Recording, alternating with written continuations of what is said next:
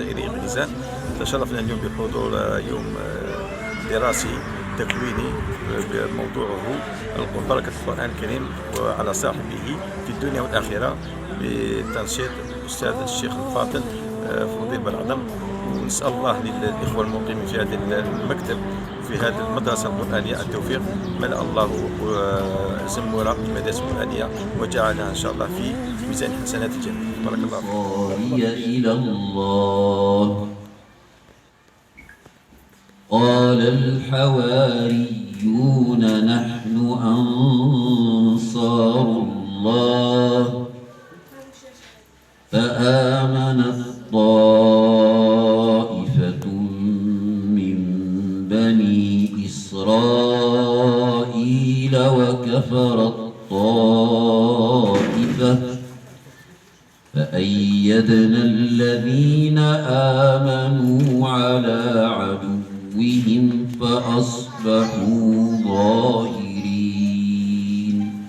لا تقوم الساعة حتى يقبض العلم وتكثر الزلازل وتظهر الفتن ويفيض المال ويكثر الهرج اللي هو القتل. راهم كاع كاينين. واش معناتها؟ ربي راه يدير يزز يحرك هذه الارض. اذا شاله نقيه، اذا راك مخسره مع زوجك اصطلحي مع زوجك، راك مخسره مع وليداتك اصطلحي مع اولادك، راكي دايره الربا اصطلحي مع الله، ما ديريش الربا، راكي تاذي جارتك اصطلحي. هذه هي ربي سبحانه يدير هذه الرسائل للموعظه والعبره. فاذا جاء هذا الزلزال اللي كيما هاك ولا نتعظ ولا نعتبر، اذا فمتى نتعظ ومتى نعتبر؟ الله يكافي المسلمين. جزاه الله كل خير على هذه الموعظة وهذه الكلمات التي تنبع من القلب لتصب في القلوب، إن شاء الله تكون نافعة ومفيدة لأخواتنا، إن شاء الله تكون يعني انطلاقة جديدة.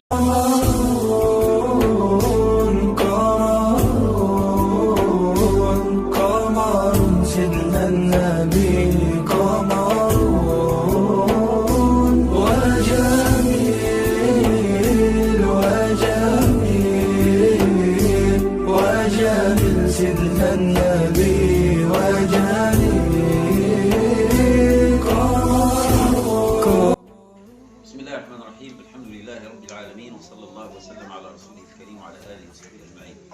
في هذا اليوم المبارك وفي هذه المدرسة المباركة تشرفت اليوم بتقديم ندوة قرآنية بعنوان بركة القرآن الكريم على صاحبه في الدنيا والآخرة، لفائدة طالبات مدرسة بن عدة أحمد وطاقم مركز التدريب والتطوير بزمورة وطالبات هذه السبيل أيضا التابعة لجمعية العلماء المسلمين بغليزان.